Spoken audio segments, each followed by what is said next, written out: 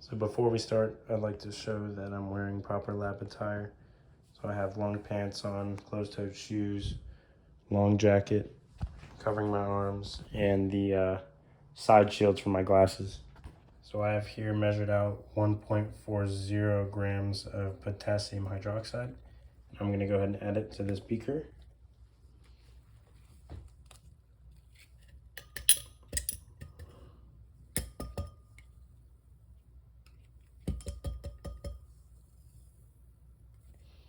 Okay, and here is 250 mLs of distilled water.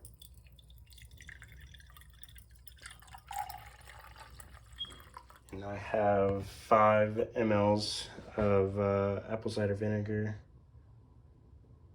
adding it to this beaker here, and 50 mLs of distilled water.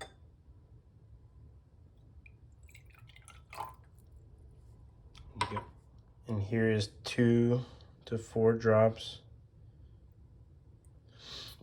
So I went ahead and did 4 drops of phenolphthalein indicator to the flask. And here we go. I'm going to go ahead and swirl it to mix it. And I'm going to go ahead. Looks like our potassium hydroxide completely dissolved in the water.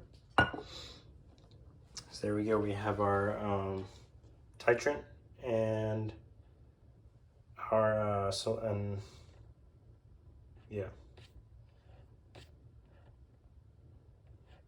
Yep, we have our titrant. So I'm going to use a pipette to do about 5 drops at a time from the solution with potassium hydroxide. Added it into our titrate. And once I do that, I'm going to record the pH between the drops and the swirling. And I'm going to do that several times, but I'll show you the first time I do it. So I have this handy dandy pH paper also to use. So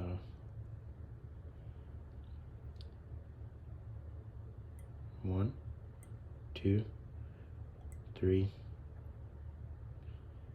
4, 5. I'm going to go ahead and give it a dip.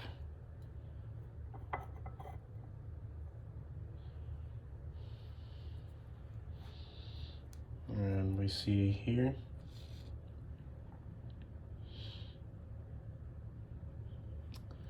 looks like it's about it looks like it's about 4, pH of 4. Okay. And I'm going to go ahead and swirl that.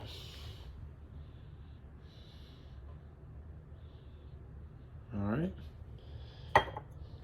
So we'll say our pH is 4.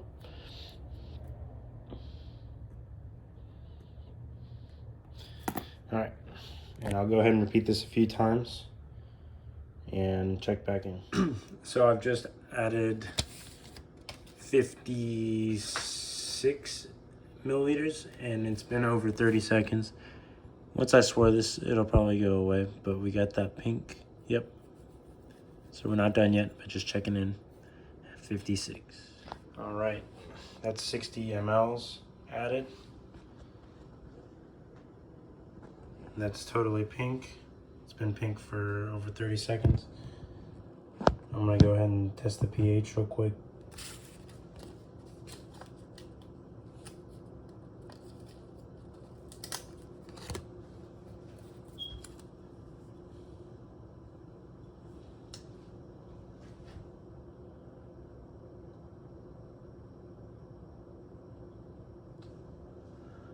That's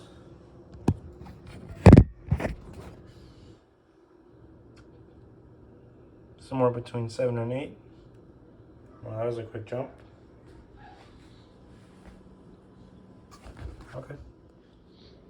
So we've gone all the way up to 100 here, and it looks like we've been sitting at 11 since we got to the 70s. I don't know how well the camera's getting that, but yep. So that's our first trial.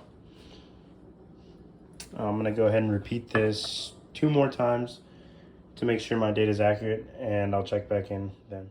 So I've repeated 2 more trials, gone to 88, and to show the final pH. Looks about the same to about 11. Yep. So that's where our titration curve kind of flattens out at the end. I'll go ahead and do my calculations now for the titration curve, and I'll go ahead and clean up, but that's the end of this lab.